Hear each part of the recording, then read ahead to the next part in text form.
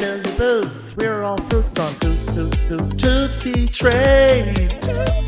Tootsie Train. Hi, I'm Sean, and some personal news. I've had enough. Hi, I'm Gordon, and as per my previous email, fuck you and your ma. And hi, I'm Anthony, and somewhere an NHS worker is saying, not him for fucking again. And welcome to Tootsie Trade. This is another one of our episodes here on Tootsie Trade, our little Pride edition kind of thingy mabobber. Mini-series. It's a lot of Spin-off. things. It's our love letter to the gay community. And this episode is our queer episode. And we've got a very gorgeous guest for you all. The lovely Ross. Hello, darling. Hello. For those who don't know you, give us your iconic one-liner. Oh, How do you introduce your instance? You got to start off with that. Hi, I'm Ross. I'm a non-binary cabaret artist from Belfast. I'm not a drag king. I'm not a drag queen. I'm a drag ride. And a her. And a her, up a hers. Up a hers. Right up a hers. Well, love, what about you? What's the crack? Not about a lot of crack today. I'm just looking at all these thighs. I feel like I'm in KFC. My God. Finger licking shit. Got the legs out. Trying to get the air circulation Ridiculous. about I it. didn't think It's there'd be so much cool. trade up in here today, but here we are. We are the trade of Tootsie Trade. Tootsie trade. The trade is here. My God. I think we're more Tootsie than Dread, let's be honest. Not with those thighs. Trade in the streets, Tootsie in the sheets. So much trade my glasses fell off. You see it? Popping your lenses. My God. Yeah, for back note, we are all actually roasting today because the weather has decided to up its ante. I'm slowly melting into this sofa. Yeah, She's so a clammy one. I'm for hoping sure. I'm half the size by the end of the episode. Yeah, same. Well, listen, it's lovely to have you on. Thank What you. has Lovely to been be the here. crack? What has been the crack? You've blown up on socials, we've noticed. Yeah. So it was a year ago this month I started posting on the old TikTok. I don't know if you're lying.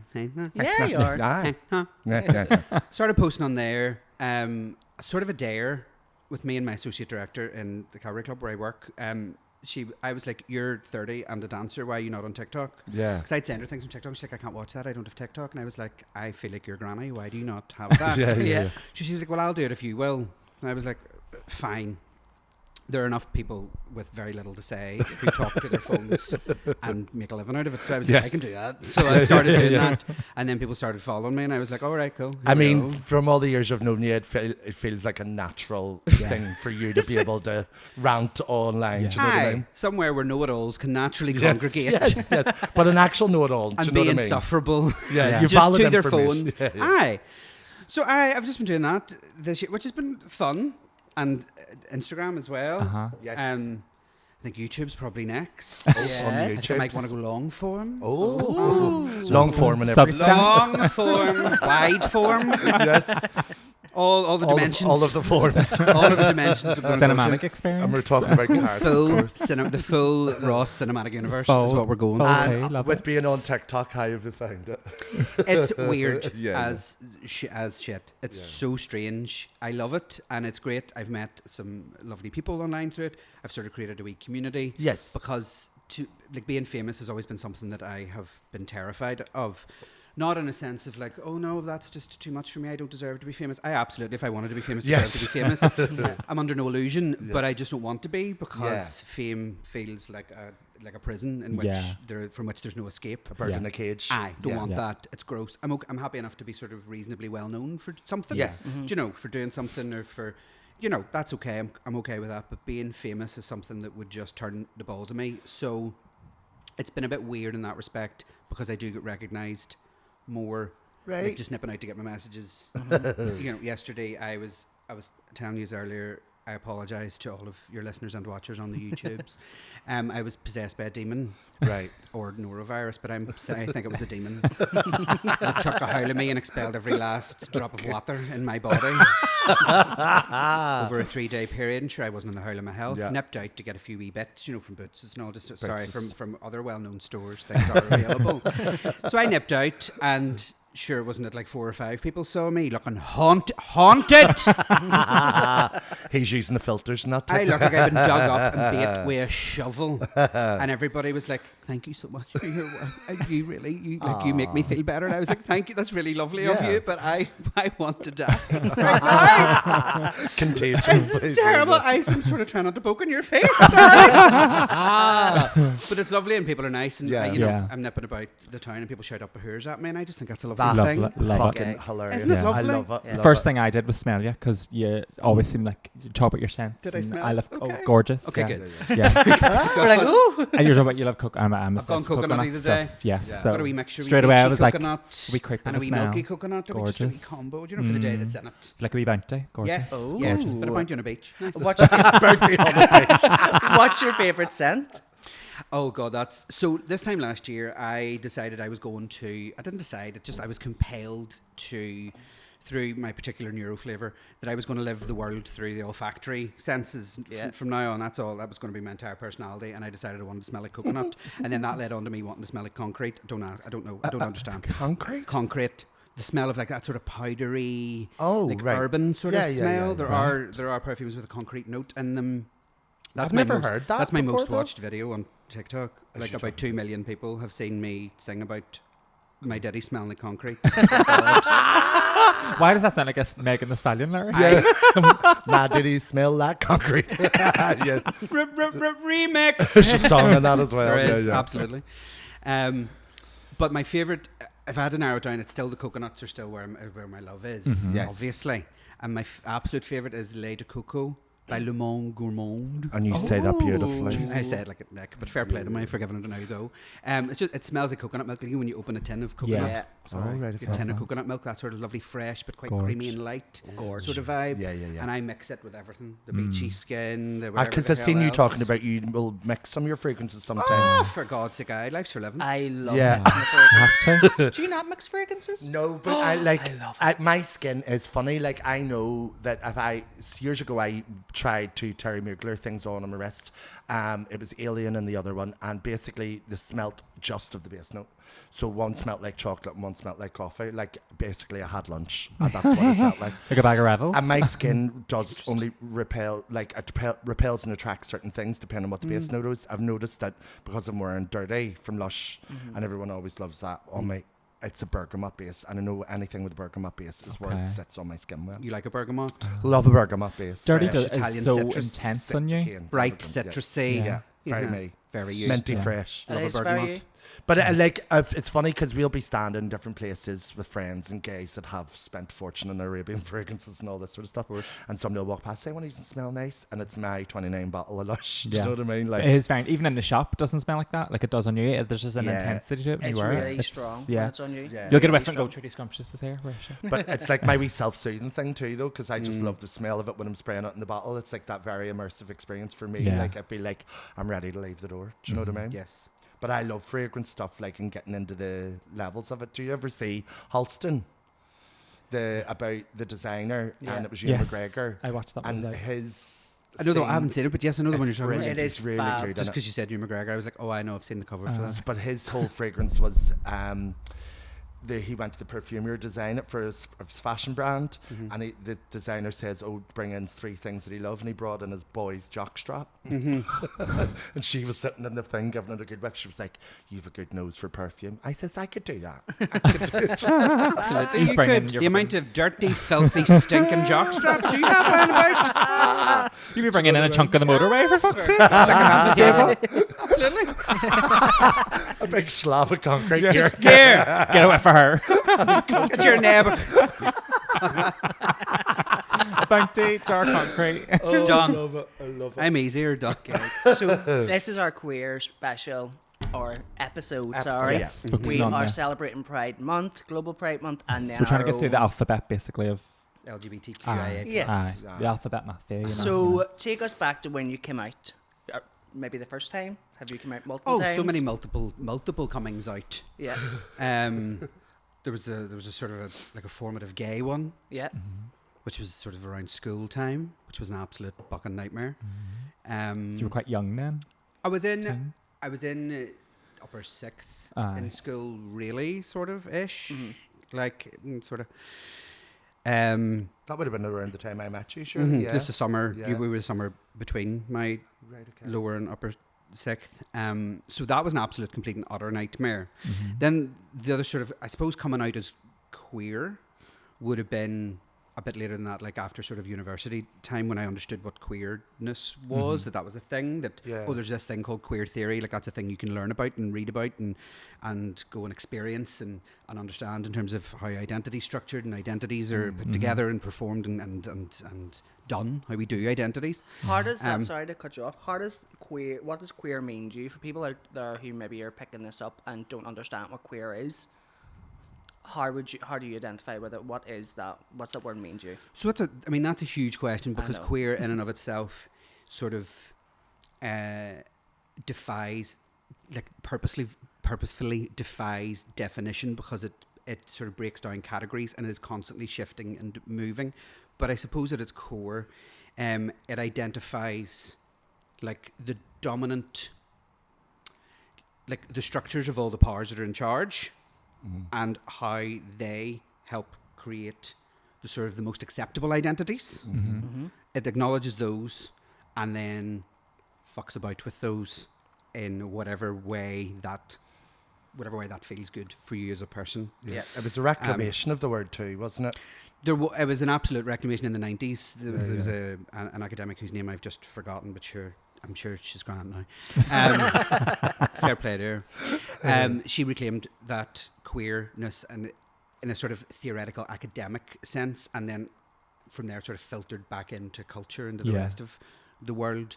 Like 20 years ago, the word queer wasn't really used so much as it's used now to describe people, or people, outside of 60s and things too, was it? So the queers would have been like, because Tootsie had like coming out of that sort of era where people talk like that an awful lot. The word queer was used as a pejorative, but also at that time, like the way we call each other FAGs and stuff. Do you know what I mean? Like it's still in like that sort of way, which I love. By the way, I love that word. Huge fan, but the straights are getting a wee bit cocky and starting to say it now too, and I don't like that. They've no business. They've started to be all like, oh well, they can say it, so we can say it. No, that's not how this works. Definitely not. Yeah. Unless you have choked on a fat one, you cannot be saying that word.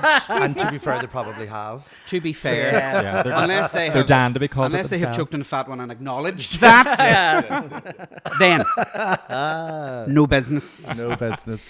And then, so like the words queer and gay and stuff have sort of been interchangeable in that world, but then the word queer sort of came to be more of a verb. Like we would queer things, we would fuck shit up, like our identity, our sexuality, or you would have like queer readings of things. So you'd look at old like Oscar Wilde plays, for example, and acknowledge that obviously he wasn't queer because that wasn't a thing that even homosexuality didn't really exist around his time.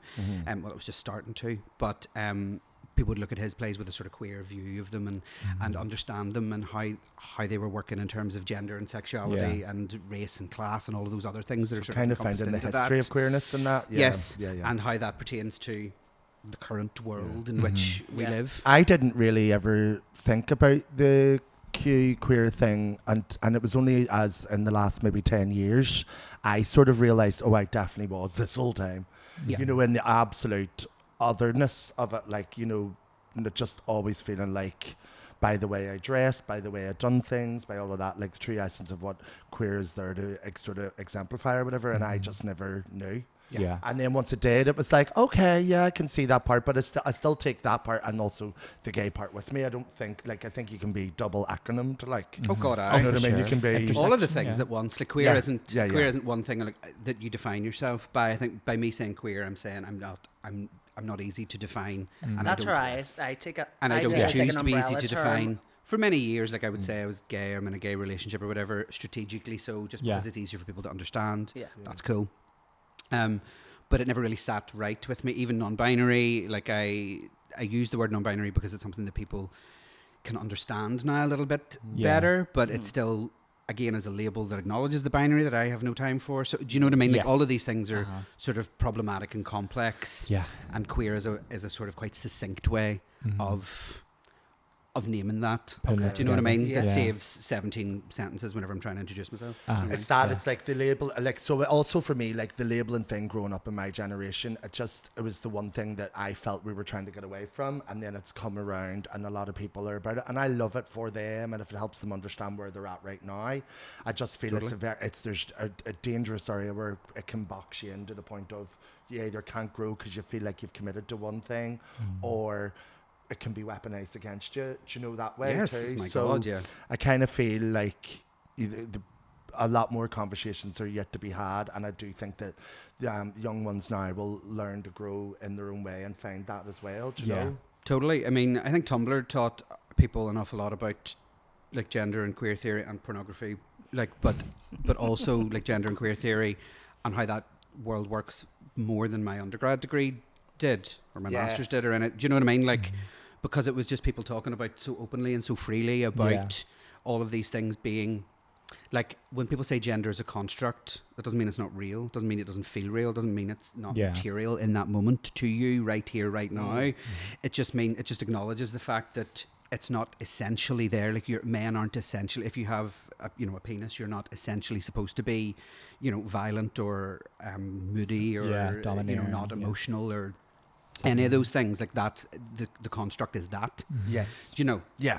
And I think that the generation below us understand that so much. I'm looking at us because we're owl. These. I I'm love not how far you off, skipped over me for that one. But you know what I mean? Like, the generation even below, like even just one below us, like, is really is much 100%. more. Like, I had to do all that learning in books and in films and in lecture theatres and out in the world, putting So you studied it? Plays Like, on what did you study? So I studied theatre was my Yeah. main thing, but through that was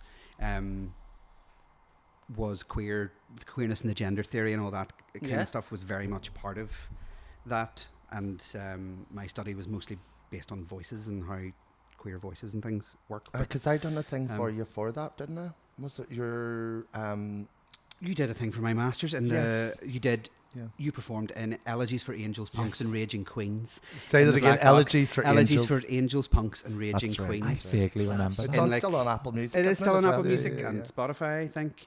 That was amazing. It was great. It was That was such a like good that night. was like we had I think 30 actors Yeah. and 10 singers all get together to do this song and monologue cycle about people who had all the monologues were people who had died of age-related illness, and all the songs were from people who had survived.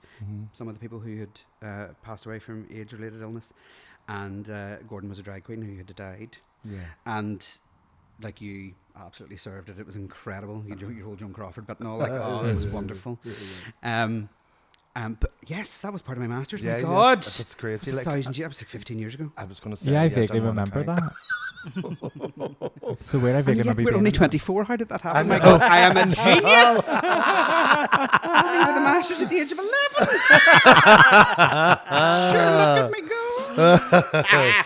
So yes, so you studied the theatre, and then the queerness sort of studies come out of that. Yeah, I sort of learned it through the theatre thing, and then I became more interested in the queerness in the theatre, honestly. Okay. Yeah. I love theatre, but working in it bores a hole of me, because actually there's not very much queerness about Uh-huh. mainstream contemporary theatre. Yes. It's you've done a good lot of queer theatre, Yes. but it's all sort of done from the margins and the dirty places. You do Fringe see more of it coming in You now. do. Like, I'm going in a couple of weeks to see Jinx doing Summer Over the Rainbow.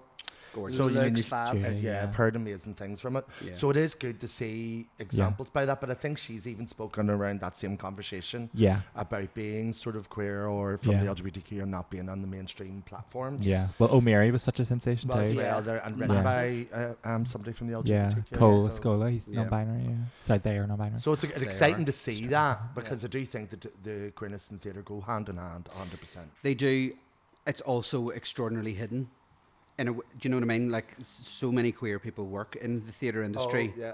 but don't get cast in things, or get cast and then asked to butch it up or to play straight, Yeah. or they have to become a sort of good gay to work. Palatable. Yes, to work Yeah. in the creative teams or the creative side of things, which I was always, I mean, again, as you said earlier, and do we have a wee diagnosis, Ross? Yes, thank you, Gordon. But I was always like, when someone said to me, can you be straight? I was like, straight people can act like me. That's what does that even mean. One of the reasons I'm not really an actor anymore is because I just told my agent, like, I know I look like a bouncer whenever I sit still and don't move or breathe. Or twitch an eyebrow. Even breathe, gay. Because, like, I even breathe. Queer. Bouncers wear blush too, though, right? They do. Absolutely. I mean, Lisa Eldridge just tapped onto the cheek, just to, for the day that's in it. Very casual. And I just got sick of being told to butch it up and be because I was like, I don't want to do that because none of these parts actually require heterosexuality. You're just imposing that on this. Yeah. Or in theatre, there'd be people who, you know, the gay is always the thin, straight-sized, you know, white gay guy who's Disney prince, who's funny, you know, Disney prince, or, you know, dark and brooding and, you know. Yeah. You know, heavily traumatized. And yes, it's like, one of those things. And I just was like, I have no time for this in my life. Yeah. I cannot be arsed with the. To be clear, I fully appreciate everybody who jumps through those hoops in order to get those roles because that's what they want to do and that is their job. And I cannot admire those people more. I just personally couldn't because my neuro flavour did not allow me to do that. But it's also the queerness in you too. That activism part is like, no, I only want to do the parts that I feel aligned with. Yeah. Do you know what I mean? And if it's playing, you know, a tattoo artist in a film, why could that tattoo artist not be a big fag? Do you know what I mean? Yeah. Like that is a thing that can happen. If anything, I'd like to see that. See, I've it never gets seen more that. like diversity and so. To be fair, I did actually play like a tattoo artist in a film, and it was pretty faggy, like, and that was fine. What film was that? I forget what it was called. God forgive me. I won awards at festivals and stuff, and it was good crack. But like, I forget the name. But it was a lovely film. I forget the movie. When did you start getting into theatre and performing? So quite late. I grew up in Newton Ards, and I know I can feel. God love you. It was a cruising mecca for years. I know it was. The toilets just off Regent Street down are mine. It sort of started to close down by the time I was. How did you know that, Gordon? Listen, years ago, people were trying to get me to go there. You and I talked was, about it on another one of your podcasts. Someone mentioned, I think, Teddy. I mentioned them. Yeah. Oh, yeah. She talked Oh, about I it. have done my homework. research. I mean, I'd listened to them anyway, but I did spend all weekend with my demons listening to you. Oh, God love you. 3 more demons. Like my aunts just looking after me. It was really nice. It's cackling good in the background. It's good to put a voice, sleep paralysis, demon voice to your illness. Yeah. Us three cackling in the background in your ears. So you started performing quite late. So I just went to like a grammar school there, and there were some performance opportunities, but not a big lot. And it wasn't like that was the 80s and the 90s, and it wasn't like it was during the troubles of our native land. And like there just weren't a lot of community performing opportunities where I was, and where they were for like more moneyed people who had their own cars, people who had access to you know, whatever money to pay for that. And our family didn't at the time. My much younger brothers and sisters did, and that's great for them and not better at all. But not even slightly. But You'll be a tenor decade. So I just sort of started acting in school, actually, just really in relatively straight ways, as in straight theatre. That can take a whole load of meanings. And then I went and discovered, I really like this. And then I went and did a degree in it, and was told in that degree that I was too fat and too gay to be an actor, to be taken seriously as an actor. Wow. So I, quite bluntly like that, but in many, many ways over those 3 years of that degree. The casualness of it, like. Yeah, casual anti-fatness and anti-queerness by other queer people. And queer people, gay people. Gay. And so I then went into, this is a very long answer to a very simple question. I'm so sorry. No. But then I taught and I researched and I directed and I did lots of other things for about a decade after my undergrad from 21 onwards, and I did lots of training and voice studies, and which I loved and don't regret a second of it. I absolutely am delighted by all that. I love teaching. I love directing. I worked with Belfast Gay Choir very early on in their sort of stage, and worked with them for 5 years with Johnny McMillan. It was class. And then I went back to do more university stuff, went back to do more like courses and research and that sort of thing. And one of the lecturers, Alison Campbell, whom you've met, was like, "Hi, I'm putting you in this play." And I was like, "I'm not an actor." She was like, "I'll see you in rehearsals on Monday." And I was like, "Right." Interesting. Yeah. Rocked up and sort of did a read through of this play. It was Terminating by Tony. Oh, what do you call him? Wrote Angels in America. I've just forgotten his name. Forgive me, my God. The Oh guy, wow, the big, god big of deal queer then, theatre. Angels in America. I was an excellent I was the guy who wrote Yeah. that. Tony Kushner, and did that, and that sort of, and I remember after that rehearsal, I went up to Campbell, and I was like, "Hey, so I'm not really an actor because I just see when I was doing that, I was just sort of treating that like a score, like with music, and like how I would, like sort of reading the text musically and structurally rather than like thinking about what I had for his breakfast or whatever. So I'm probably not right for this. Like, you probably want an actual actor." And she just looked at me dead in the eye and she went, "Rossi, that's called technique." And walked out of the room, and I was like, "Right, I'm doing this play then." Trying to get out of it. Trying to get Out of it. And that was in my late 20s. And then from that point on, and I'd always sort of made cabaret and stuff like that, like sort of low-key, spitting sawdust, queer That's where I cabaret. first seen you, was in Cabaret Supper Club. Oh, in the Cabaret Supper That Club, was the first time where I've I've seen been you for the and last was like- decade this month. Can you believe that? My God. Oh God, I was thinking you definitely did Maverick when it first opened too, didn't you? Or did I? Not when it hallucinate first that? opened, but a wee bit later. Yes, I definitely remember your I did posters some and saying, singing yeah, and a Sunday. I did some Ah, singing, and then I that's did a bit of right. karaoke. and Yeah, I remember doing Maverick that. too. Yeah. But I did like queer cabarets like in the Black Box and all around the place, Yeah. and around Yeah. Ireland, Aye. and went to Australia, and wee Class. bits and bobs, like all over the place. Traveled the world singing. Always did basically. cabaret. I always liked cabaret because even in my undergrad, I put on like my final piece for like my dissertation sort of piece, as it were, was a piece of cabaret.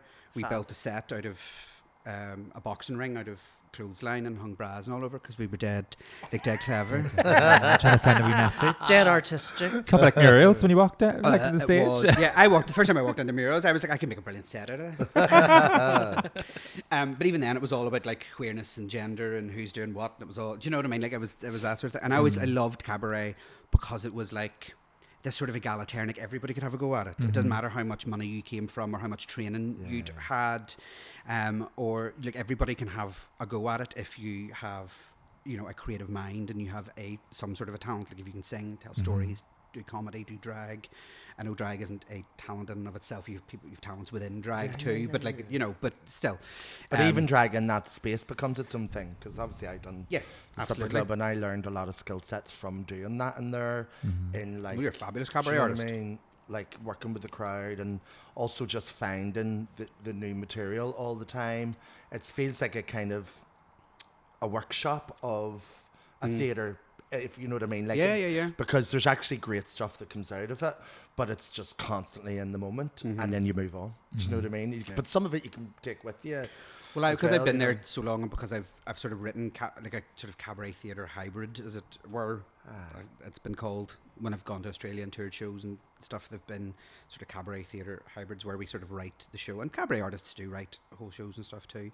Because I've been there so long now, I sort of write them on the fly. Like I write them as I go, as you Yeah, described, yeah, and then that's it, locked in. Like I have this monologue now But written isn't that and like that the attaches to this song that frames how this audience hears Aye. this song in a sort of queer way. Yeah. That they wouldn't have heard it as before, wouldn't have thought of it in that way before. Yes. Boom, Yeah. hit them with that gig. New perspective. Done. Do Yeah. you know, I love cabaret for that. Incredible stuff. 'Cause It's one of my favourite. Yeah. Still my favourite type. Like when I was away in, so the first time, let's go back. Yeah. I'm like Billy Connolly here. Ah.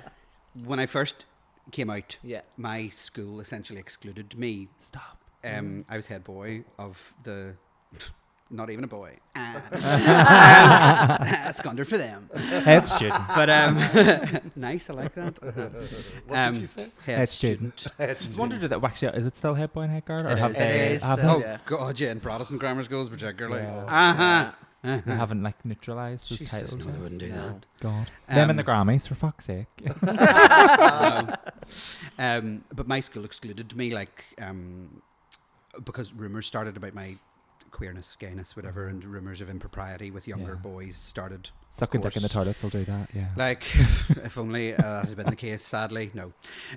But it was like, oh, you were, you essayed a 14-year-old in the library sort of vibes. We're going to go to the papers about this, and my dad worked for the papers in the Ards at the time, so I just went completely shut down and stopped going to. That's school. horrific. Oh my god, it's horrendous. And like the teacher, I growing up being visibly queer, not being able to hide it or wanting to hide it. You know, growing up being called a Ginny Ann by your whole family or whatever, like you grow a relatively thick skin, and I was, you know, okay with, you know, students thinking they were funny, saying funny things or whatever because they weren't funny, and I was funnier than them, so I was like, I don't really care. You have no power here. Be gone before somebody drops a house on you or your fucking sister. But when the teachers and the institution sort of turned, that became just too much for me. But during that time, I went and hid in my granny's wee back room and ate biscuits and watched. You would have been watched Yentl.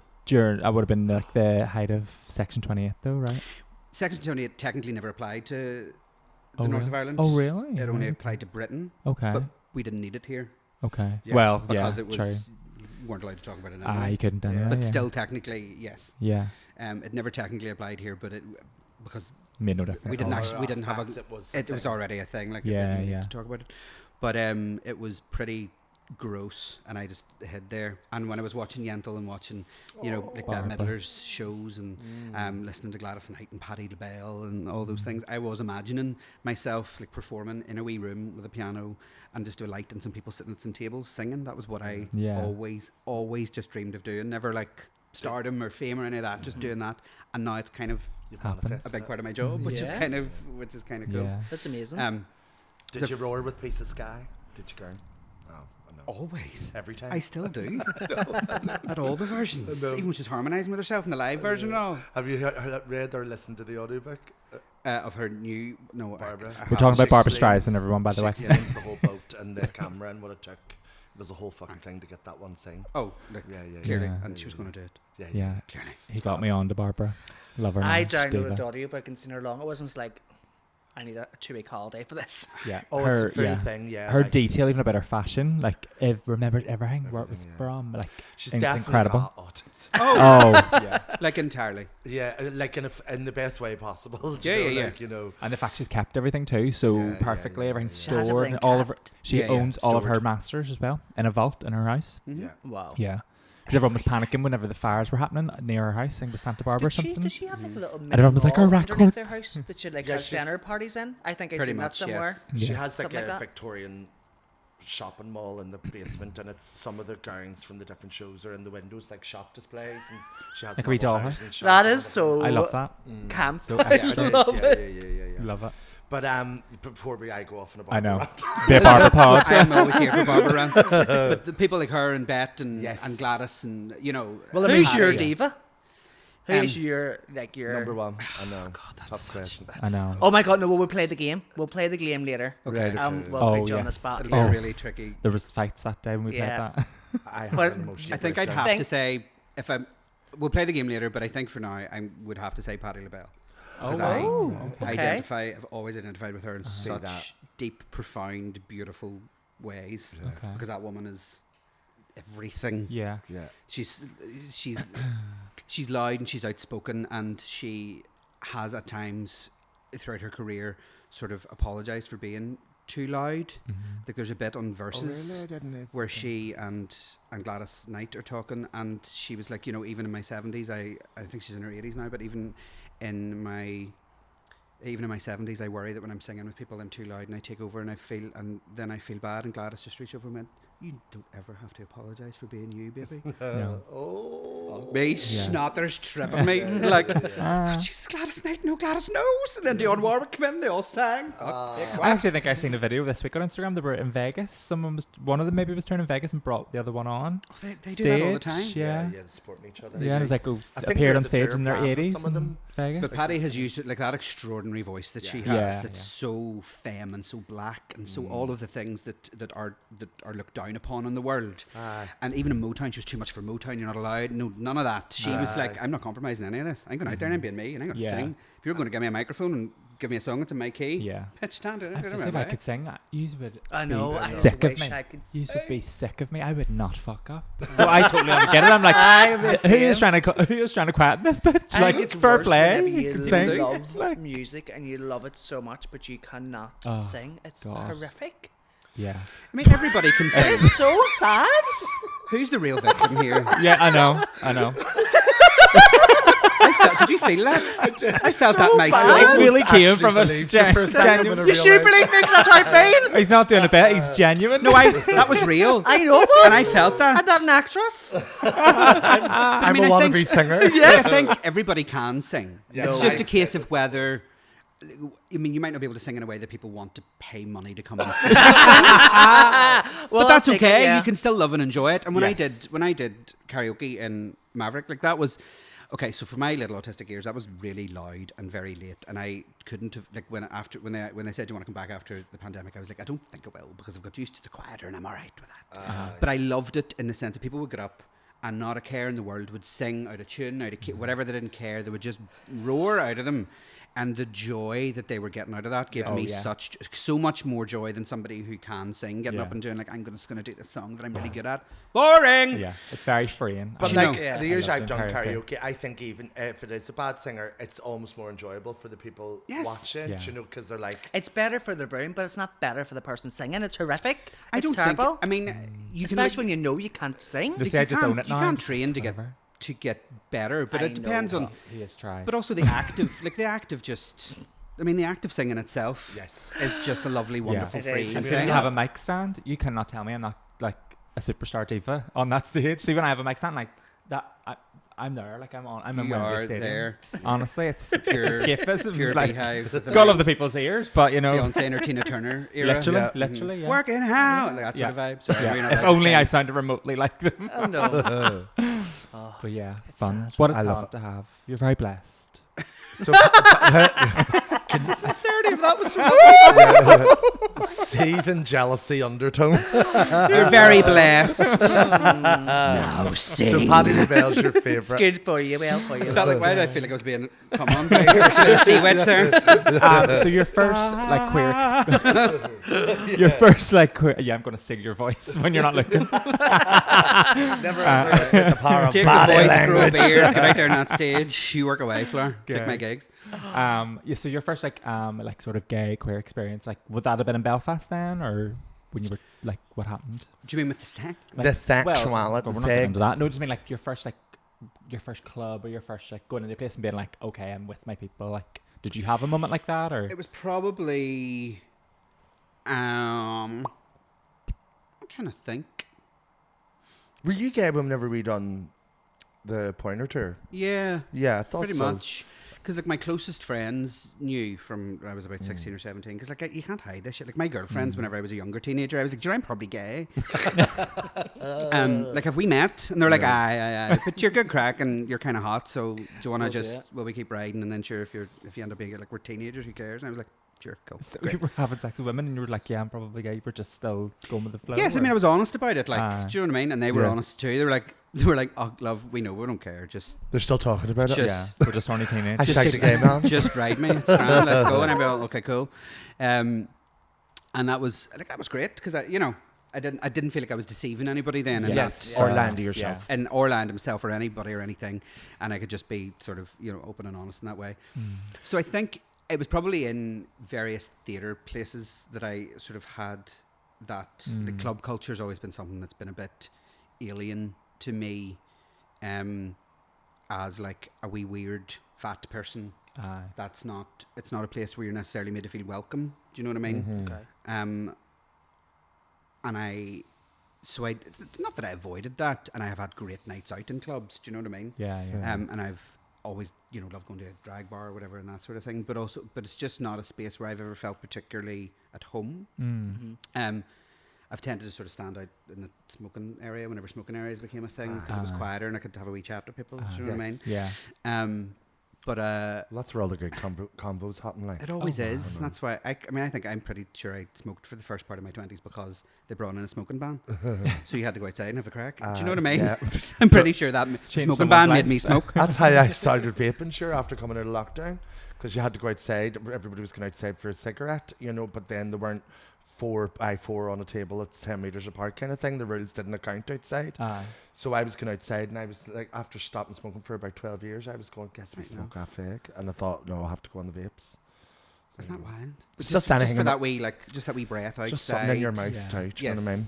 But also that wee, you know. But also, I can go outside in the smoking alley and not smoke. So, you know, You may willpower. fuck off. Are you for real? You go Fergie outside. Mitchell.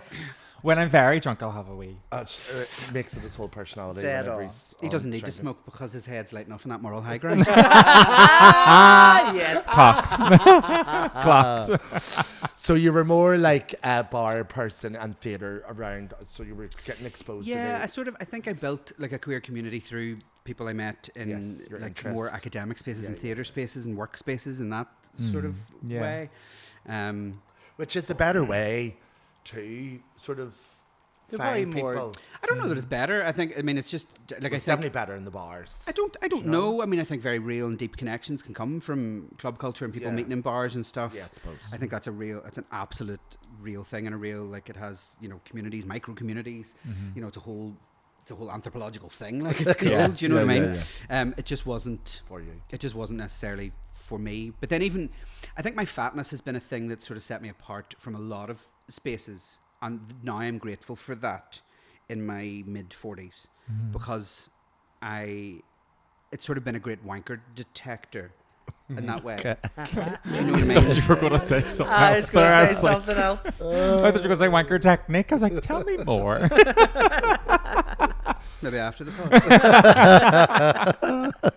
But it's like my fatness is sort of that was another coming out. I came out as fat in my mid 30s. I'm going to say, Right. which is an odd thing to say. It And is so I'm sorry. No, it's an odd thing to I'm say. holding back a laugh because I've never heard No, that like, Everyone before. like shocked and all like, no. no, because well, that's the thing. You say you're coming out as fat, and people go, What? I know we can see. But that was no more obvious than me coming out as gay. Do you know what I mean? Yeah. Like, Yeah, or yeah. me coming out as queer, or me Yeah. coming out as non-binary. People are like, I have a no love. Yeah. We've been they, them, and you behind your back. We know. And I'm like, all right, cheers, thanks. Thank you, everybody. But like, coming out as fat for me was me saying, no, this is my body. I'm not interested in getting thinner. I'm not buying into the sort of the power narratives that tell us that to be thinner is in any way better. Do you know what I mean? Yeah. Like, because it's not necessarily better for your health. That's a myth that people just spin for whatever fucking reason. There's not one disease on this earth that affects only thin people or only fat people. Money. That's what. Do you know what I mean? Like, that's just not a thing. I mean, and when I looked into it, the more I looked into it, the more I realised. And when I was looking into all this, I was doing a play called Cake Daddy that we did in Belfast, and then we took to Australia for a wee tour. And when I started that, I was off the carbs because obviously it was good for my health, and to be smaller was better. And I started this. Tell you what it was. So that all started because I think coming out as fat has been my most important coming out because Was it it saved a- my life. Was Yeah. it deliberate and reclaiming in that sense that over all the years people saying it and you actually going, do you know what? I know that I am, or that, and I'm taking the label back, or what was that? So I always do you did know I was fat, and I never thought anybody should be treated worse for being Absolutely fat. not. But I bought into the idea that if I made myself thin enough, I would become healthier and become better. Okay. Do you know what I mean? Morally better, like Yeah. a less lazy, less whatever. Do you know what I mean? Yeah. All the things that are attached All to that fatness negative that we connotation have, that's created around that are it. just so out there in the world that people don't even think about it before they It's in everything, say isn't it? It's in Yeah. absolutely every single thing. Yeah. And people just say this shit just off the cuff. People will very happily say, like, will stand beside me and go, don't I look great? I'm much less fat now. And you're like, you realise what you're saying is, Yes. you look at me, I look less like you now, aren't I great? And I'm like, No. Fair play to you for whatever you want to do to your body. No, like I'm Yeah, not but don't against. be a cunt. I'm not against Yeah. anybody. Not against Yeah. anybody being like changing their body shape or going on a diet or any of those things. I'm anti-diet culture. I'm not anti people going on a diet. Do you know what I mean? Yeah. Yeah. Whatever you need to do to fit in to the world. But I was on stage doing another show and I came on naked except for a tiny wee. What do you call that thing? Maybe loincloth.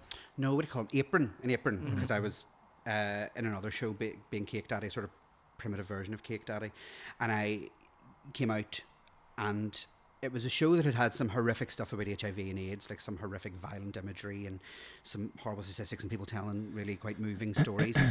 And I walked out to this very queer, very left wing, very very progressive, thoughtful audience, and my fat body and its nakedness shocked the absolute shit out of them No. in a way that was the room froze. And I'm grateful that I'm an arrogant prick, and that translates into being a halfway decent performer, because I just held that moment and just let them all sit in their discomfort. Yeah. And then I sort of veered off and continued the show, but that stuck with me, and everybody But that's else in kind the of room. iconic though. Like that's Yeah. a bit punk, right? Yeah, totally. And after that, I was like, how do I navigate this now? What did that mean? What happened? What was that moment? Yeah. And I spent the next couple of years reading and finding out, reading fat theory is a thing, Right. critical fat studies are a thing. I was like, okay, cool, another academic field that I can learn. Great, yay, I'll learn about that. And learning how anti-fatness and anti-fat bias in medicine, in fashion, in the gay community, in every part of every facet of the world comes essentially from the slave trade. Oh, I didn't know Absolutely comes from that. There's a writer called Sabrina Strings who tracks it all the way back to wow. how we start to categorize bodies for their usefulness to gain capital from them. And this, what we're left with is now this hangover of that Right. in the world. And I was like, okay, so the queerest thing I can do is to go, nah, fuck that, I'm going to stay fat. Exists That's in what it. it That does Yeah. not mean I'm going to not look after my health. I do Yeah. health promoting behaviours constantly. I eat lots of vegetables. I move. I do all the things that are good for a body. But I put myself in hospital more than once trying to be thinner under medically sanctioned conditions, doing what the doctors told me to do. Ended up in hospital sick. Good. And Well, that's your body telling you, right? since I sort of stopped doing that, my whole well-being has become Better. just so much better, and sort of politically better too. Do you know what I mean? Like it's been Well, it's, You like probably just give yourself your brain Yeah. the space to breathe. so much Yeah. more From space. all One of less thing to that worry about. So much more noise. space. Yeah. The years it took. I mean, years it took, because that was like I was in my mid-30s when that started, and I'm now in my mid-40s, and it's only the last couple of years that started to actually the shame attached to my subcutaneous fat has only now starting to lessen. But it's an ongoing thing. You have Yeah. to keep. Keep working. Oh, You have to keep absolutely, yeah. working on it. it's a lot to unpack over. You just don't drop that off, Totally. right? Yeah. Totally. But the funny thing about it is, I heard this years ago, like with the bear culture came out of the HIV and AIDS pandemic because everybody that was getting sick was so thin. Real. And so it was almost like this embracing the other body form. It was like an attraction thing. Isn't Yeah. it? Have you ever heard of that before? So I mean, the bear culture predates Yes, the HIV and yes, yeah, AIDS crisis, but a lot of that was sort of solidified by it, and body fat started to take on a thing of like, well, they're healthy, Healthy, yeah. so they won't have, which is bollocks too. Yes. because Yeah. It obviously. is like crazy when you think Yeah. about it, isn't it? Yeah. But there was a the God. I mean, that was just people being Trying ignored to by survive. government, trying to survive, Yes, and coming yeah, up with yeah. anything in that moment. Do you know what I mean? Yeah. Yeah. But it's funny, like, what I mean by bringing that up is, you know, you look at today's culture and it is about the muscles and this, you know, there's that sort of trope on the apps and in the community itself. But in a different circumstance and something severe happening, all of a sudden attraction and appearance becomes a different thing. Do you know what I mean? Yeah. Well, It I just mean- shows you how of a structure it is rather than an actual reality. Do you know what I mean? Like 5 years ago, the Kardashians were trying their hardest to look like black women. Yes. With their shapely bodies and their big bums and a wee bit of belly and boobs. And now they have, with the rise of the right, have become tiny, tiny, tiny, tiny, tiny again, and everyone else is getting smaller and smaller and smaller Yeah, again. yeah, So yeah. these things do come in waves. Like people are getting like reverse BBLs because Yeah. they Yes, 'cause want to it's- be a smaller size they now want to be because it's smaller. Yeah, just I like in. yeah. Again. Boobs are non-existent. And whilst, of course, that affects straight men too, clearly it does, and people pretend it doesn't. It not as much as it does cis and trans women, of course. So just women, but like it also affects like queer men or non-binary people in that space too, in such a way, like markedly more than I think it does for straight guys, because our bodies are constantly under surveillance from within the community and without. Yeah. Do you know what I mean? Like Yeah, you're being looked yeah. at by the straights for how our bodies are working and what we're doing with them and what we're putting in our buttholes and what we're doing. Everything. Do you know what I mean? Like what like constant that sort of surveillance. I mean, I've heard. I don't know. But, Well, it's like that saying of being, you can be, you're straight skinny but gay fat. yes. Oh, Yes. yeah. Which is like a horrific thing. Yeah, When you horrific. Yeah. like it. Do you know what I mean? Rooted in so much in problematic so behaviour. many- I think you problematic said that behaviour. to me before, Sean. Not, I mean, not We've direct. all said, There might like, have been like we've all said anti-fat things, and Of course. all of us will continue to do. Yeah. I had to relearn how, like, my entire language. Do you know what I mean? Yeah. Of people expressing a wish to be smaller being the best. Do you know, like, I lived with a girl with Crohn's disease, and she used to pray for a bout of Crohn's disease to make her thinner. Oh, So she would wow. look. Wish. Do you know what I mean? Yeah. I got really sick and lost a substantial amount of size, and people were congratulating me on how well I was looking, and I wanted to die. Like, it was so, it was because of it was a illness. really horrible dysmorphic moment when people were like, and dysphoric moment when people were like, oh my God, you look amazing. I'm like, I've spent the last 3 months unable to move, thanks. Yeah. Yeah. And like, I am so dedicated to being a kill the crack. Like, I will kill I'm the sorry, did I crack. make you feel awkward? Dead. Oh, I have no compunction whatsoever in going like, aha, what now? Here we are. Yeah. And in those environments, like, just for people that are listening or whatever, like, what way would you prefer to be approached in that? If somebody said, like, I feel like I know your answer already, but just for other people that don't. Like somebody noticing my body. Like, changing your body and feeling like they want to say, So if someone's, do you know what I mean? if Like, someone's close enough to you, yes, of course, yeah. First if off. you know them well, First off, yeah. then, and you have that sort of relationship, Yeah. then absolutely be like, how you doing? Yeah. Your body changing for any, like, do you know, like if Yeah, you want to yeah, check yeah. in on someone's well-being, Yeah. I'd say that's okay. Outside of that, mind your own fucking business. Yeah. You But can, you my can tell thi- somebody they're looking well without mentioning their weight, or in fact, 100%. or Yeah. anything else. Yeah. You can give someone a compliment about how they are that day without mentioning their appearance at all. Yes. Uh-huh. Yeah. Do you know what I And mean? that's what I always try to do, because I've seen you have these conversations before, and it has happened to me in my life when I was younger, and my metabolism was through the roof, and I was eating big dinners to try and put on weight, and everyone was going, "You already eating and all?" You know, like, Yeah. But it wasn't a thing I was really aware of until they were making me aware of it. Yeah. So I've always understood it, and even as my weight has fluctuated as I'm older, I'd always remember, well, it doesn't matter what size you are in the scale, because it's really what you are you feel. inside and how content you are in it. Do you know what I mean? Yeah.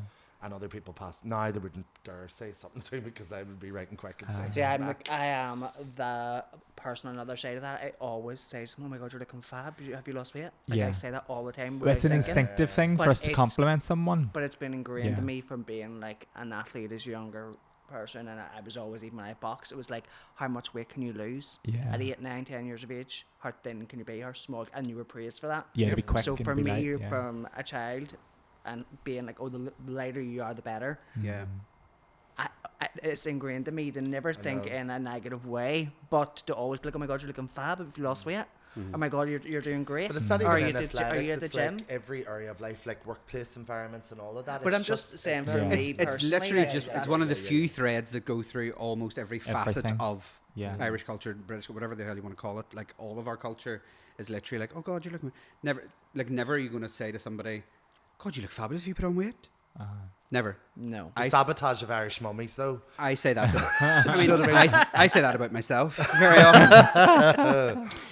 But those narratives are so ingrained in us, and it took like, I was reading about this stuff and being horrified at the fat phobic. I don't like to use the word phobia, but the anti-fatness that I'd exhibited towards myself, but also towards others. Do you know what I mean? When I'd been in Slim and World Class and been like, how did she only lose half a pound? It's like, oh my God, I'm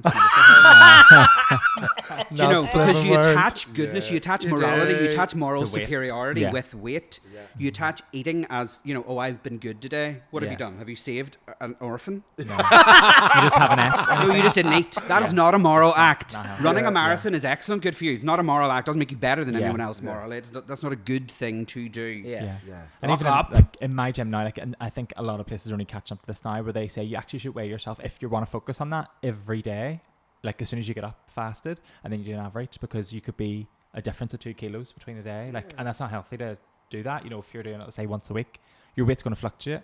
So like bodies change, the mindset, all the time. Different water weight, and then women with their cycles. All the time. And the physiology behind it is so complex. Yeah. The people then try to dumb that down into something that's sellable to you. Yeah. Well, this is the problem. I just feel like it's all, the whole thing is commercialized. Everything's commercialized. Everything's sold us and shoved down our throats, and not in the good way. It's like, do you know this thing at the minute is, what's my secret? Getting up at 5 a.m. And then they do the video of them getting ready and like having their breakfast and having their clothes set up. Like, so you've replaced your ma then, basically. Getting up ready in the mornings and having your breakfast like you're a child again. You're going back to your childhood. That's basically what you're doing. Also, anybody saying that, I was saying, so well, no matter what you're telling me, all I'm saying is boring bastard. You're a boring. You're going to bed at 5 a.m. bastard. Yes. Do you know what I mean? Like, Get my me a secret glass is of I red get up wine. at 4 and I don't care. I've already switched off and I hate you. Scroll. I never want to meet you in real life because I'm about to slip into a coma of boredom looking at your wee face. I can't think of it. Sorry. The Will word we I was about take to say a was quick not good. break? Yes, let's have a quick break. Refill our drinks and we'll come back and play a game. Yes. I think it's going to be fun. Yes. Back soon. Welcome back. Yes, we are back. We've topped up our beveraginos. Yes. We're going to ask you another wee question each. Just, I want a wee quick fire. Yeah. Well, the question will be quick. The answer will probably not be no. We've met. I say yes. I wanted to ask you because of where we are in the world, and we were obviously talking about how things ebb and flow, where the world is at and how it's looking going farther right into fascism and all of this sort of stuff. What do you see like the gay community can do better in any aspect and anything you think that where we are, how can we improve, or even where you think we can go? Do you know what I mean? Just a wee light question there. I know. We're doing a quick I want question. Quick Two question. paragraphs. Something that jumps to your brain though. So how did the various gay communities coalesce to fight fascism? Ross? 6,000 more dissertations. Let's go. Okay, I'll try and keep this quick. I think the main things to do are to first look inward and find the ways in which we're being governed. Mm-hmm. Try and find the ways in which we're doing what we're told. Do you know what I mean? Yeah. Mm-hmm. Like with the fat thing, like with our own racism, or with our own internalized misogyny and or transphobia or queer, like all of those things. Have a wee look in for those. Yeah. Identify those, and then fuck some shit up. Mm-hmm. Yeah. Become ungovernable. Because once you've identified those and started to look at them and go, oh, I see this about myself. I've learned this about myself. Mm-hmm. I've learned that I hold this value that I don't want to be holding. Fuck, it's gone. Yeah. And now I'm going to fuck shit up. And I'm going to support all these. I'm going to identify all these things. I'm going to make as much fucking noise as I can. Because if anything the homos are good at, it's making noise. Yeah. Do you know what I mean? The LGBTQI, all of us, we're all good at making noise. Yeah. But some of our noises are going to be heard more than others. Do you know what I mean? Mm-hmm. So the sort of further are you up, the further you are up the pecking order, the more you're going to be heard. Yeah. And so you have to acknowledge that responsibility and make that noise. I think that's how we can do it. 100%. I mean, I think as gay people, I'm saying gay people, I mean the whole community, but like, I think that's some things that we're great at is because obviously being ostracized in different ways, that we are outside of things and have a vantage point of where everything sits. Yes. So it's, you know, it's kind of purposeful for us to do it. You know what I mean? I think so. And we also bring an awful lot of joy. Yeah. Do you know what I mean? We're finders of joy. And the way they get you is by keeping you miserable and making it bleak. And I feel that bleakness. I mean, I cannot lie to you. There's so many days where I'm just like, what is the point? Why am I going on to TikTok to talk about like Yeah. what my daddy smell of. Who cares? When there's do you know what I mean? There's people being lifted off the streets. Yeah. There's people Yeah. do you know what I mean? Like you it's say that, and then people say to you that your content makes their day. Exactly. And gives them a bit of escape. exactly. And if that helps keeps everybody buoyant enough so they can keep going, Yes. keep fighting, yeah. and keep being ungovernable. Yeah. Great. You know, I'm very much about that at the moment, and it's about it's a bit woo woo, but the vibrational frequency of free air and that being weaponized against the masses because it keeps us stagnant and it keeps the people that don't deserve the power in power. So it's like remember to live in joy and live in light and live in dancing. Obviously, keep your wits about you, but you know. Lift I don't your think vibrations. that's sorry to interrupt. I don't think that's fair. I think that's government policy. Yeah. That's literally how the government are legislating, and that your way of feeling that is just as valid as any other way of feeling it. Do you know what I mean? Yeah. Fuck 'em. Fuck Become 'em. ungovernable. I love that. I'm going to go back to you. We brought up TikTok. Yes. What you've blew up on TikTok and you have a fab personality for camera. Is that something that you see a future in, or are you doing it for a bit of crack right now, or do you see some sort of career path there? Look at his face. I'm on He- Tantra. It's like, what's your next he's like, step? how can I steal your voice? So I actually, it's funny, I was thinking about that today and talking about that today. I was doing a wee TikTok live while I was doing my makeup. I very often go live to do my makeup. I feel it's like body doubling. Do you know what I mean? When like I will not I'll not do a thing unless there's somebody looking at me. So I'll just turn my phone on and people talk to me. It's great. I got a bit overzealous. What was supposed to be just a wee bit of mascara and some lip turned into this because I was just like, It's fab. they're lashes. I better put these on, of course. Like, 40 Yeah. middle-aged, menopausal women are like, put the lash on. I'm like, Karen from Ardoyne. lashes on. Let's go. But I have to just say the glitter on the ears is it's- brand I've- new for I've me. been I've never clocking it. seen glittery ears. I've only and I'm seen it here now. for It's if amazing. your ears can be seen and you're not putting glitter on them, Yeah, I'm here for you it. don't even love yourself. Why am I I love only it. noticing that now? I love it. Just a It wee, is fab. just a wee The light, the soft- way the light's hitting it. Yeah. just a wee glitter. Most beautiful ears in the business. Honest to God, there's not an ear like me. Anyway, sorry, to answer your question, I actually didn't think I would enjoy it as much as I do, and I do enjoy it. I find it a really useful place to process things. I really find it a useful place. Okay, so one of the reasons I went on TikTok was that I overheard like a middle-aged drunk white woman, as I call them. There are a lot of drunk white women come to cabaret stuff. Yes. If you know this. Uh-huh. And I love them. As I say, I was raised by a drunk white woman. Love them. We know they're my people. The homos and the drunk white women, we're all, do you know what I mean? Like, we Yes. have a connection. We It's- see you. It's great, yes. Yeah. But I overheard one that I used to work with, actually, as the curtains had closed after a show, being like, he's great crack, sort of misgendered me for a start, but that was fine. He's great crack, like, really great for a day out, but, like, I don't agree with all that gender shite that he talks about. And I was just like... Fuck you, fuck your ma, fuck your granny, fuck every pet you've ever had, fuck every ancestor that you've ever had, and fuck all of your spawn, because I will, and at that You sort of have made, great restraint because that curtain would have been open. What'd you say? I just wanted to get out, but I was on my way, I was nipping out the side, but so I started, it was both my associate director daring me to, and that made me go, do you know what it is? I can just check in with these women and be like, hi yous. Yeah. If you come and see us, like shows like what we put on, if you've seen a drag performer, if you've seen a drag queen or a drag rider, you've seen cabaret of queerness in any sort of way, and you've been entertained by it, if you watch RuPaul, any of those things, and you don't correct someone whenever they say something transphobic in the workroom or in the workroom, I'm in Drag Race, in the, what do you call those things people have that have jobs? Staff rooms. If you see, if you hear that in staff room and you don't go, that doesn't fly with me, stop it. Yeah. Then fuck you. You're Yeah. part of the problem. Do you know what I mean? And I made a video like that, and I think over 1 million people have seen it at this point, Class. which was really cool. Yeah. I mean, the other one's about what my daddy smell like, but I mean that's And Leslie. those are the two that over 1 million people have seen. Yeah. But like The Leslie ones are killing me, honestly. Leslie's taking over. We Leslie's can't taking talk over. about it. The Leslies are coming. We're changing our podcast to Leslie Trade. Leslie trades. They own everything. But I was thinking about it today, and I was like, I enjoy TikTok, but TikTok as an app doesn't really enjoy it unless you're bringing money into the app, and I'm not that interested in that. Aye. So I would love to sort of work out how to put together like a YouTube channel or How to something. get the audience Something off like on that, something and else. sort of and work in sort of longer form and thinking in bigger ideas and Yeah. longer things, and have and have a bit more crack, and you can do more music and stuff on YouTube. YouTube, which I enjoy. You can't really Yes. do that on the TikToks. Uh-huh. So I would love to do more of that. I don't have a particularly strategic brain for business and that sort of thing, so I'm not really very good at I would working out apply how that works. Need a wee but manager. that's what I need. I Wee need a social manager. media manager, but I need something.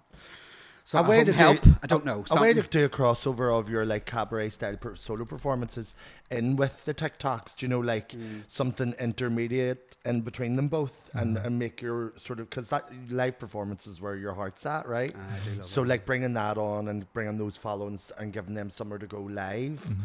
So I go live on TikTok and do live performances Aye. on TikTok Oh, you sometimes. do? I Right, do. okay, yeah, right. yeah, See, I I'm do not You live do it into on and I- YouTube too, though. I'm pretty Yeah, sure. yeah. You can go live on YouTube as well. So And I just put the full sometimes- show behind the I paywall. sometimes do. I do sometimes put like people get ready with me on a Sunday morning, and then Yeah. I'll have some sound check sessions. So if we hit certain goals in the live or whatever, because you have to be a capitalist. Oh, you're far better at it than Then me. you I'll sing along with. Sometimes I'll do a full show, like a theme of Rossi Unplugged or whatever, and people will join and whatever, and that is really lovely.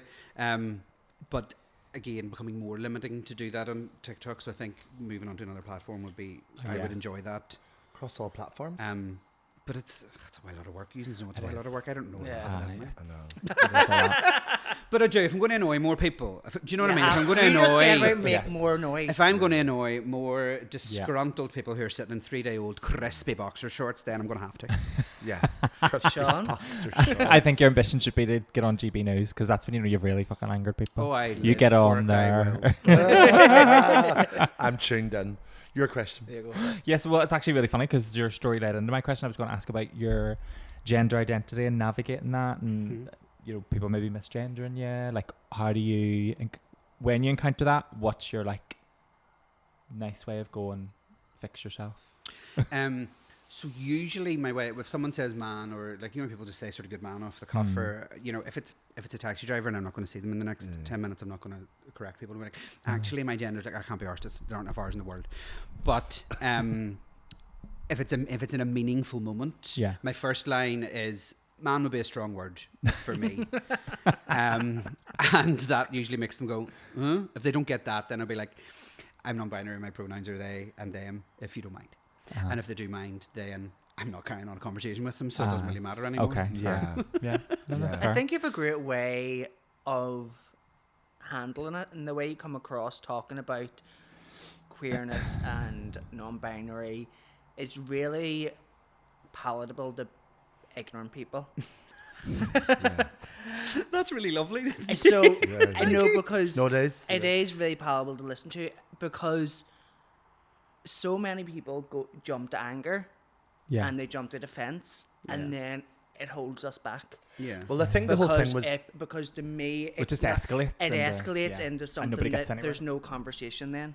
Where like Yeah. if there's a little bit of intelligence behind it, knowing that the person you're speaking to isn't as intelligent as you, or isn't just there yet, spoon feeding them a little bit and leading them a little Their bit. anger and It's going to frustration. get us a bit Yeah. further. I mean, I understand than- people from a sort of from a marginalised community within a marginalised community within a marginalised. Do you know what I mean? I Yeah. understand people being impatient or angry at feeling they have to educate others. I do get that. Yeah, of course. I am lucky that I have the type of personality where I'm a know-it-all, like motherfucker, and I love teaching and explaining things to people and trying to help people understand stuff. And unless someone is coming at me with very obvious bad faith, I'll 9 times out of 10 take the time to kind of Yeah. Educate them. to have a chat with them about it and be like, this is how that works. And if it depends on their tone too, obviously, but I think sometimes people do be a bit like, well, it's not our job to educate you, and you're right, it's not, and that's okay.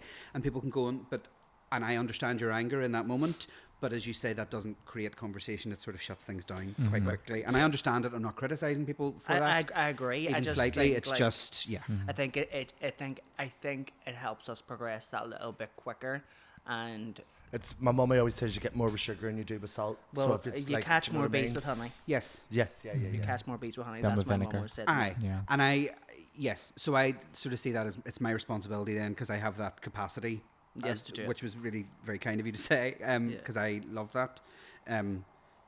I'll do that then, so other people don't have to so much. Do you know what I mean? If that's not in a place where they feel safe, they can do it, or if they don't, if they're if they're just not in this if space. their personalities aren't such that they are know-it-all bastards and want to explain everything to everybody. Do you know what I mean? They just want to live their frigging lives and not answer questions. Grand, I'll do it. Give them my number. I'll do it. Do you know what I mean? And like you say, there's ones that are willfully ignorant, and you're not going to waste your time on them. So no, pick I'm that not. up. I think that's a great way that you have a great understanding of you're in Egypt, go away, and you just don't understand. You just don't understand, so I'll chat to you. Yeah. Absolutely. But it isn't it with the meaning and the sensory of it. Like you understand that as a performer, where people are reading the energy in the room too. That becomes a skill set you use in life day to day, and you know that somebody how they're saying it is just off and not straight away. You're not engaging. Do you know what I mean? I think as queer kids, we learn that quite early. Yeah. Or any kids from sort of with marginalised identities learn very quickly how to read situations. Because otherwise it can get very physically threatening very quickly. Do you know what I mean? Like in the home, out of the home, in school, in playgrounds, and wherever the hell you are, you learn to read those signs very quickly, and then they become very useful as a performer and as a teacher and as all the other things that we all do. Do you know what I mean? You have that beep beep beep beep beep beep beep. Yeah, it is. That sort of survivor thing going beep beep beep. What's your star sign? Sagittarius, I think. Sagittarius. I was going to say Aries because you've know it all that kind of stuff. I'm very Sagittarius rising. What does that mean? I thought you'd be all whoopy into the star signs, you Not know? at all. No, I'm 3 fire signs. What Aries. Far too intelligent for that. What planetary alignment happened when I was born? Has He only cares about Uranus. again, after the pod. Well, listen, we've loved having you on. It's honestly been the Thank you best so much for conversation. having me. Great time. Really, really great. Will you play our game? Yeah, we'll do a wee quick Oh, round. wait, quick. Sure. Right. Just to make sure. We know we say Sorry, this editing is going to be putting years in there. No, we know you say Paddy LaBelle, but we are going to put you through the test. We're going to put you through the ringer. Basically, have to murder a diva in each round. Right, we'll go down. No, the so line. you're not that extreme. Your answer continues on to the next questions, and we'll all take a turn each. So I I'll forgot start what we off. called it, but Yeah, I'll start off Let's with kill Ross. Barbara or Bet. I know. Oh, you went right in. Struggler. You didn't even spit on it first. Gordon. No, Rammed it right. drag. straight for murder. Barbara or Bet. I know. It's tough. I know. It's The agony. Okay, I love Barbara with all my heart because she changed an entire generation of pop music. She redefined it, but I think I have to go with Bet. okay. Sean, Bet or So I'm Bette Midler. I've got Bette Midler here. Okay. Who are you putting here? So I'm going to go with Bet or Gladys Knight. And these are things we haven't really done. yeah. Bet or Gladys Knight. Yeah, I know. The torture. I fucking hate you almost. It's bad. This I'm game Irish is Robinson. I hate the guys. They got me. I had a terrible time. I had to pause terrible it. Gordon. time. I had to pause it and look away. I had to pause it and look away. I was like, "You're killing Gordon Crawford. Don't be doing that." No, they didn't even bring Adele into it. That didn't would have even- been. I know, I I forgot. think that would have done the job. Right. I'm gonna have to go with Gladys Knight. Right. Okay. Because her- Are you going to change every time? Okay, so Gladys. No, but they're so. Oh my god, they do. So, oh, okay. Gladys. or Judy. Gladys. I Oh, love Judy. that was an easy one. Judy's incredible, but Gladys Knight. I think I already know the answer at the end of this one. Gladys or Shirley Bassey? Gladys easy. Yeah. I'm not a Shirley fan. No? harm to her. Like, don't wish her ill. Aye. She sort of gouls a bit for me. Aye. Do you know what I mean? Like, Well, that was calm wrong. down, sure. Yeah. Anyway, Hands it no, up a but bit. she's great. Okay, not you asking a woman to quiet herself. After all that talk earlier. Hypocrisy. Well, I'm going to feed into the cabaret thing. Gladys or Liza? Okay. Again, love Liza, but Gladys is still. Okay, Gladys is so okay. close to my heart. She has to stay there. Okay. Okay. I've got another one. the Gladys or Aretha Franklin? It's getting tough now. Aretha had 2 costume changes in her coffin. No way. Did she? She had a glass coffin and 2 costume changes. That is iconic. Who changed I did not know that. Her people. Aretha's people. Oh my god, that's amazing. But still Gladys. Okay. Okay, so you mentioned someone earlier on, but I don't know Oh, I how know. up Yeah. she is in your We've got list. to it. So hold Gladys. on, no, wait. No. Gladys or Dionne Warwick? No, It's lovely from this end, I'm not going to lie. So I've only seen one of these people. Well, I've seen Bette Midler a couple of times live, but I saw Dionne Warwick in the, what do you call that place? Ulster Hall, and we were right at the front, and we're the only people under the age of 50 there, and we were the only people who sang along whenever Gladys Knight says sing along. Gladys Knight tells you to sing along, or not Gladys Knight, when Dionne Warwick says sing along, you sing along. Yeah. And all these people from Bangor sitting there like clapping out of time on the 2 and the 4, and the 1 and the 3, me open. They didn't deserve her. So we were like, and Dionne came to the front. I'm not far shook at this question. Dionne came to the front and started singing and just locked eyes with me because I was singing clearly louder than I thought I was singing. I thought I was being dead quiet. Me roaring out of me with Dionne Warwick, and like for a whole verse and chorus, she kept eye contact with me and we sang it. So in my head I sang with Dionne Warwick. Well, you did. No, you did. And then I 100%. tweeted about it afterwards, and she liked the tweet. She knew you were. She knows I exist. Yeah. You've done it yet with Dionne Warwick. I have essentially. That's going on my CV, but I would put do. it on there. For Gladys Knight's version of The Way We Were and her intro into that alone, I have to say Gladys Knight. Okay. For me, she sung Through the Night, so that's that. Yeah. Take a ribbon from my head. Jesus. Just take it. Roared. I don't know enough about Gladys, but I need to look into her. Okay, last one. Yeah, this last one's got to be, and you know what's coming. Gladys Knight or Patti LaBelle. Sorry to do this to you. You're perspiring, love. You're perspiring. I'm sweating. I'm going to take a sip. Okay, it's going to have to be Patti LaBelle. There Because we I have go. to. There we go. Because she is the queen from her fashion. She influenced all kinds of fashion designers in the 70s when she was with LaBelle, wearing those ridiculous hair and outfits and singing. Like, she literally influenced an entire generation of fashion and singing, and she is so unapologetic and so, like, she's always been there for the queers at every moment. Her looking after Luther Vandross. What? Yes. Fabulous woman. Amazing. Patti LaBelle. Amazing. Queen of everything. There we go. Sensational. Amazing. Well done. You made it through. You made it through alive. Survived.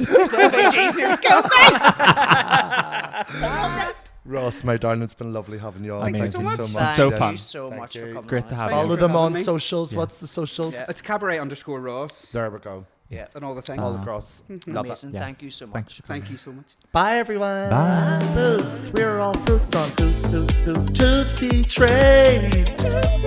Tootsie Train.